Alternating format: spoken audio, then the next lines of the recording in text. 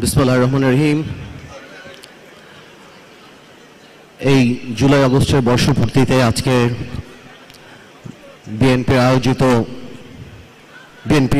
আয়োজনে এই অনুষ্ঠানের যে সম্মানিত প্রধান অতিথি দেশনেত্রী বেগম খালেদা জিয়া এবং এই অনুষ্ঠানের উদ্যোগ আমাদের বিএনপির অ্যাক্টিং ভাইস চেয়ারম্যান জনাব তারেক রহমান সহ আমার সামনে উপস্থিত আমাদের সহযোদ্ধারা, সকল সিনিয়র নেতৃবৃন্দ, আমার ভাইয়েরা বোনেরা, সবাইকে আসসালামু আলাইকুম। আমি বক্তব্য বেশি বড় করব না, অল্প কিছু কথা বলি। গত 17 বছরের ফ্যাসিস্ট আওয়ামী লীগের ক্ষমতায় থাকার ভিত্তিটা ছিল মানুষের ভালোবাসা না, ভোট না, বরং ভীতি। গত 17 বছর গুম খুন হত্যা করে মানুষকে একটা ভয়ের মধ্যে রেখেছিল, ভীতির মধ্যে। কিন্তু আওয়ামী লীগ উপলব্ধি করেনি যে এই ভীতিটা একটা পর্যায়ে ঘৃণায় রূপান্তরিত হবে এবং এই ঘৃণা রূপান্তরিত হবে গণ-অভ্যুত্থানে।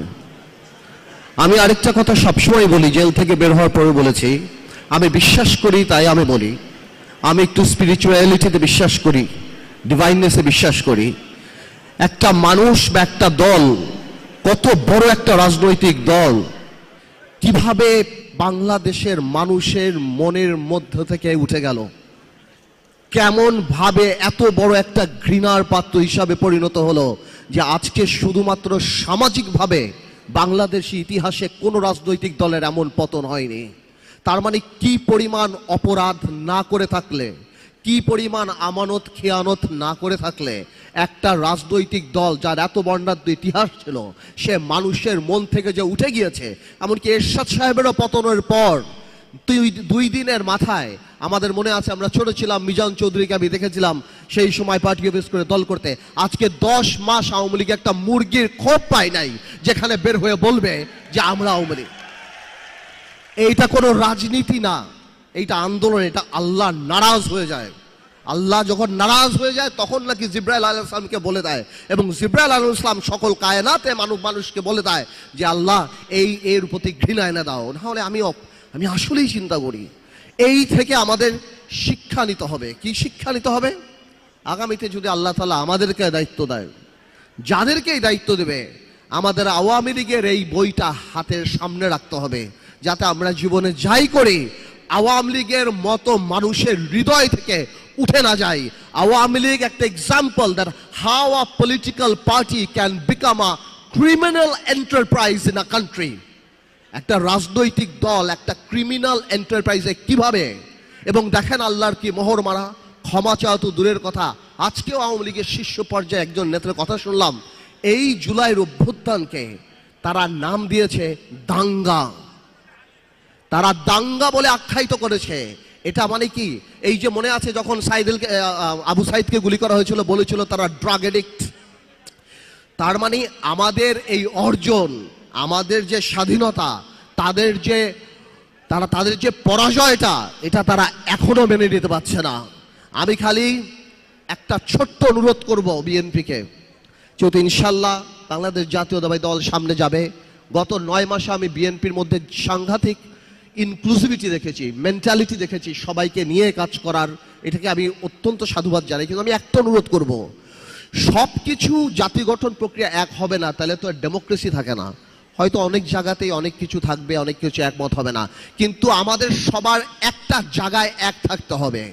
কারণ সেটা হলো কি, আওয়ামী লীগ যাতে আর রাজনীতিতে না আসতে পারে। কেন থাকতে হবে আমি সেটাও বলি। আমি জানি এই কথাটা হয়তো অনেকের ডেমোক্রেটিক লাগবে না, কারণ বাংলাদেশের 4 থেকে 5 কোটি মা মনে করে আওয়ামী লীগ আসলে তাদের সন্তানদেরকে মেরে ফেলা হবে। যারা ওই মিছিলে নেমেছিল তারা বিশ্বাস করে যে ভিডিও দেখে বের করে কারা মিছিলে গিয়েছে তাদের বের করে খুন করা হবে। আপনার মনে রাখতে হবে, for a special criminal you need special law. আপনি সাধারণ ল দিয়ে স্পেশাল ক্রিমিনালের বিচার করতে পারবেন না। আওয়ামী লীগ তার মেধায় রাজনীতিতে বিশ্বাস করে না, প্রতিশোধে বিশ্বাস করে। খুব শীঘ্রই আওয়ামী লীগের আওয়াজ নরম হয়ে যাবে, বলবে যারা উপলব্ধি করেছে আসেন আমরা একসাথে কাজ করি, এরা জঙ্গি। ভাইয়ের আমার, এই ট্র্যাপে পড়বেন না। Awami League is not a political party. বাংলাদেশের প্রত্যেকটা মানুষ যারা ফেসবুকে লাল করেছিল তাদের জীবন লাল করে ফেলবে, ধ্বংস করে বলবে। এই একটা জায়গায় খালি আমরা থাকি, দ্যাট আওয়ামী লীগের ব্যাপারে পুরা জাতি আমাদের একসাথে থাকতে হবে। আমি আবার আন্তরিকভাবে ধন্যবাদ জানাচ্ছি এই ধরনের অনুষ্ঠান করার জন্য। আমরা আন্তরিকভাবে আমরা সারা বাংলাদেশে দোয়া করি যে এই জুলাই আগস্টে যারা আত্মত্যাগ করেছেন এবং গত 17 বছরে বিএনপি থেকে আরম্ভ করে, জামাত ইসলামী থেকে আরম্ভ করে, অন্যান্য রাজনৈতিক দল থেকে আরম্ভ করে, আমাদের রাজনৈতিক দল বাংলাদেশ জাতীয় পার্টি থেকে আরম্ভ করে যারা এই জেল খেটেছেন, নিহত হচ্ছেন, সবার আত্মার মাগফিরাত কামনা করছি। ইনশাল্লাহ নতুন স্বপ্ন আমরা দেখব, নতুন ভাবে দেখব। আমাদের মধ্যে বিভেদ থাকতে পারে, রাজনৈতিক দ্বিমত থাকতে পারে, কিন্তু আগামীর বাংলাদেশ ইনশাল্লাহ তারেক রহমানের নেতৃত্বে হবে স্বপ্নের বাংলাদেশ। সালামু আলাইকুম।